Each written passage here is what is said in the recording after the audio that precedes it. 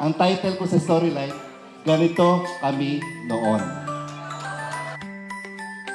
So as we mark the 35 years of Revamp LNP Excellence, I would like the 2025 to be a transition period, no?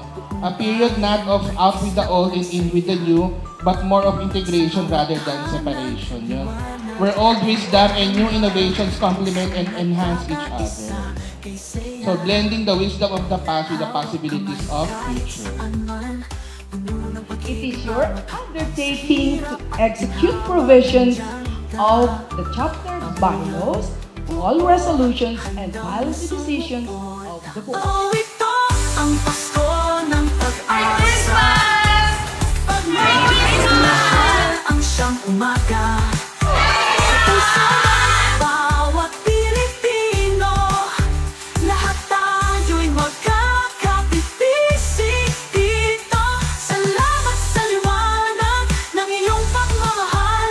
Pasko'y kay ganda, kay saya ng buhay. Kapag tayo'y nagkakaisa, Pasko'y dama sa bawat isa. The charging and installation of our officers for 2024. This will guide you or your chapter for the next 12 months in 2025. Pagmamahal ang I am honored po as your choreographer ng LNP po. For us forever. Sige na po, nag-pledge na po si Pressmark para sa akin. Forever.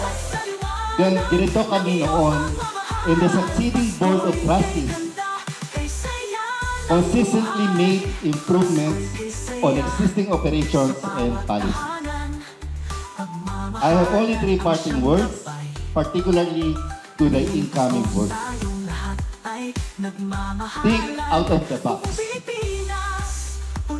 and continue to innovate, and innovate. Thank you and congratulations to all of us in our 35th anniversary.